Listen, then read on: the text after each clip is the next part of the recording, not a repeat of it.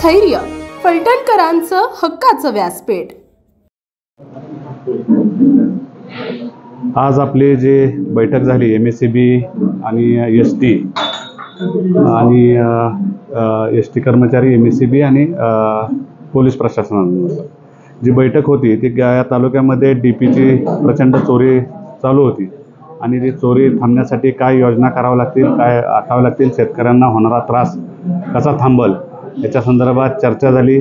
अधिकाऱ्यांशी सर्व माहितीपूर्वक चर्चा घेऊन ज्या काही गोष्टी MSCBला कमी असतील त्याचा पाठपुरावा करणे, जे DP कमी पडत आहेत ते DP मंजूर करून घेऊन येणे आणि त्याच पद्धतीनं MSCBच्या ज्या काही अडचणी असतील त्या निश्चितपणे सोडवण्याची जबाबदारी या तालुक्याचा प्रतिनिधी म्हणून ते आपण घेतलेली आहे।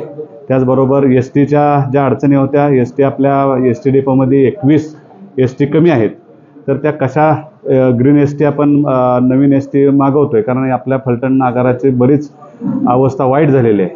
कारण याच्या अगोदर त्याच्याकडे कधीच लक्ष कुणी न दिल्यामुळं अतिशय बिकट अवस्था आहे। त्या बिकट अवस्थेतून आता चांगल्या अवस्थेत आपल्याला फलटण आगार न्यायचा आहे। त्यासाठी आपण नवीन 21 ग्रीन बसेसची मागणी आपण केलेली आहे। तर त्यातल्या किती जास्तीत जास्त लवकर आपल्याला बसेस येतील आणि तालुक्यातल्या ज्या मुलींना किंवा महिलांना येण्या जाण्याचा जो त्रास होतो ग्रामीण भागामध्ये ST आता बरेच मुक्काम कमी झालेत, ते कसे परत रुटीनला येतील ह्याच्यावरती सुद्धा चर्चा झाली आणि संबंधित अधिकाऱ्यांनी त्याचे पॉझिटिव्हली आमच्याशी चर्चा करून लवकरात लवकर ते STचे सुद्धा फेऱ्या वाढवण्याचं काम त्यांनी हातात घेतलेलं आहे।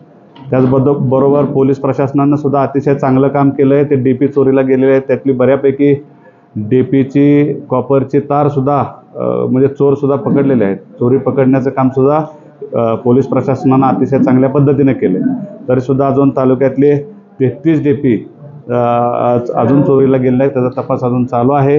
तर ते सुद्धा प्रशासन अतिशय चांगल्या पद्धतीनं आपल्याला सहकार्य करतं आहे। तर त्यांनी ज्या काय चुका असतील त्यासुद्धा सुधारून घेऊन पुढच्या निश्चितपणे चांगलं काम आणि प्रत्येक आपण ग्रामीण भागामध्ये ज्या चोरी संदर्भात DPच्या चोरी संदर्भात पोलीस पाटील गावातले आणि इतर सर्व मिळून एक जी कमिटी असते आपण गस्त घालतो, मोहल्ला कमिटी, अशा पद्धतीचं नियोजन सुद्धा आपण प्रशासनाला त्या पद्धतीने करण्यास सांगितलेलं आहे। आपल्या परिसरातील ताज्या आणि महत्त्वाच्या बातम्या पाहण्यासाठी स्थैर्य न्यूज चॅनलला YouTubeवर सबस्क्राइब करा आणि बेल आयकॉन प्रेस करा।